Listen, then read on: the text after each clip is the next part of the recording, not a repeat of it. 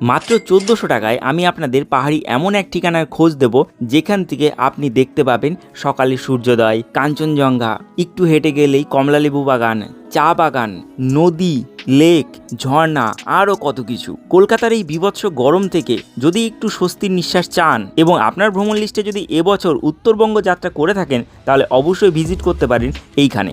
এটি হলো দার্জিলিংয়ের অফবিট ডেস্টিনেশন শিটং।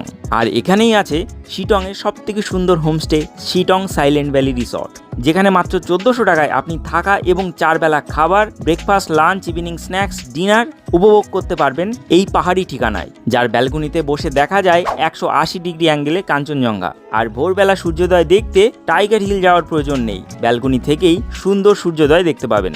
এটি শিলিগুড়ি থেকে মাত্র 60 কিলোমিটার দূরে অবস্থিত দার্জিলিংয়ের অফবিট ঠিকানা Sittong, the valley of orange gardens.